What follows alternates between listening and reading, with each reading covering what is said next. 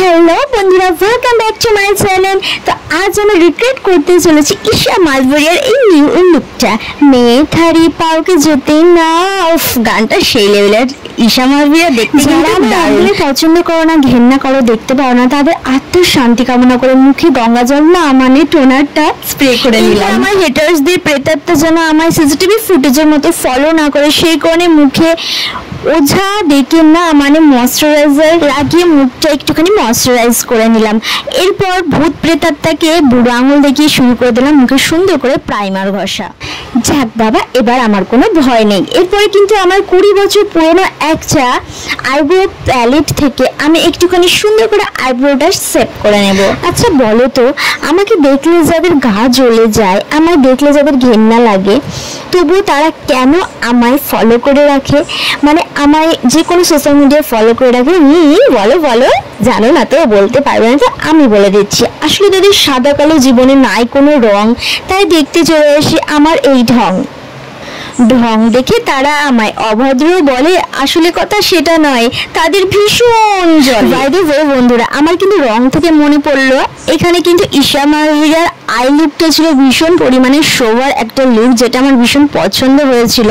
তো চলো আমিও এরকম একটা চেষ্টা করে দেখি হয় কিনা। খুব লাইট মেকআপ আর কি আই মেকআপটা হয়েছিল, আমিও ট্রাই করছি যাতে আমার আই মেকআপটা লাইট হয়। আর পিগমেন্টেশনটা যেহেতু আমার আইশ্যাডো প্যালেটের খুব একটা ভালো নয় তার জন্য যতটা আমি পেরেছি রিক্রিয়েট করার ট্রাই করেছি। তোমরা দেখে অবশ্যই কমেন্টে জানাবে অবশ্যই কিন্তু যে কেমন হয়েছে। ওরে আমার সিসিটিভি ফুটেজে হেটার্স দলরে তোরা যত আমার সিসিটিভির মতো দেখবি তত আমার ভিউজ বাড়বে। এই যা এই কথাটা বলে দিলাম, এরপর তো আর দেখবেও না। এমনিতে তো দেখে লাইক কমেন্ট শেয়ার কিছু করে না কিন্তু এবার তো দেখবেও না। হে ভগবান আমি এটা কি করলাম, আমার হেটার্সদের জন্য আমি এটা কি বলে ফেললাম।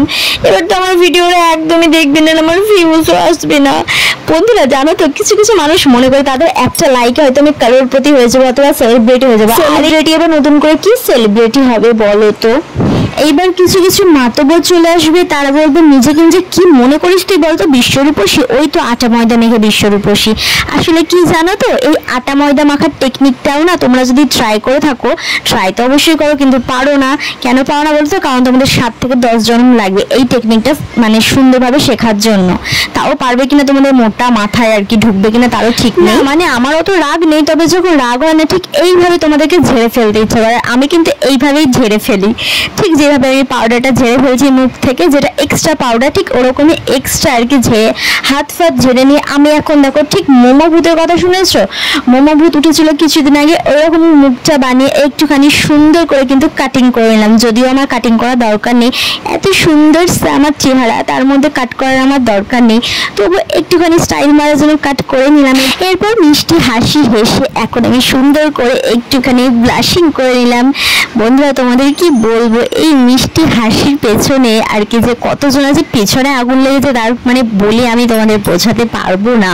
তারপরে দেখো আমি এখন লিপস্টিক লাগাতে চলে এসেছি। লিপস্টিক লাগানোর সময় আমি ভালো করে একটুখানি কনসিলার আমার লিপে আর কি অ্যাপ্লাই করেছিলাম কারণ আমি সেটটা কোনোভাবে মেলাতে পারছিলাম না। আমার কাছে লিপস্টিকের সেরকম ভ্যারাইটিস নেই, আমি 2-3টা লিপস্টিককে ম্যাচ করে মিক্স ম্যাচ করে কালার করে আর কি করি।